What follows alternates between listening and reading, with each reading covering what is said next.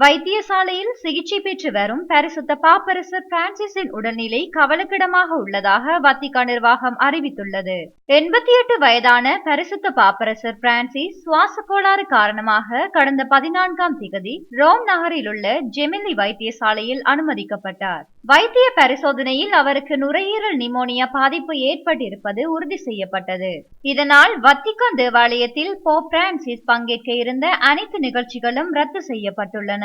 வைத்தியசாலையில் அனுமதிக்கப்பட்டு ஒரு வாரம் கடந்துள்ள நிலையில் தற்போது வரை அவருக்கு தொடர் சிகிச்சை அளிக்கப்பட்டு வருகிறது. இந்நிலையில் பரிசுத்த பாப்பரசர் பிரான்சிஸ் உடல்நிலை தொடர்ந்து கவலைக்கிடமாக உள்ளதாக வத்திக்கான் நிர்வாகம் அறிவித்துள்ளதாக வெளிநாட்டு ஊடகங்கள் செய்தி வெளியிட்டுள்ளன. சனிக்கிழமை தொடக்கத்தில் நீண்டகால ஆஸ்துமா போன்ற சுவாச கோளாறால் பாப்பரசரின் உடல்நிலை தொடர்ந்து கவலைக்கிடமாகியுள்ளது. மேலும் அவருக்கு இரத்த மாற்றம் செய்யப்பட்டுள்ளதாக அந்த அறிக்கையில் தெரிவிக்கப்பட்டுள்ளது. அவர் குணமடைய பிரார்த்தனை செய்யும்படி கத்தோலிக்கர்களை வத்திக்கான் நிர்வாகம் கேட்டுக்கொண்டுள்ளது. வத்திக்கான் நிர்வாகம் வெளியிட்ட இந்த அறிக்கையால் உலகெங்கிலும் உள்ள கத்தோலிக்கர்கள் கவலை அடைந்துள்ளனர்.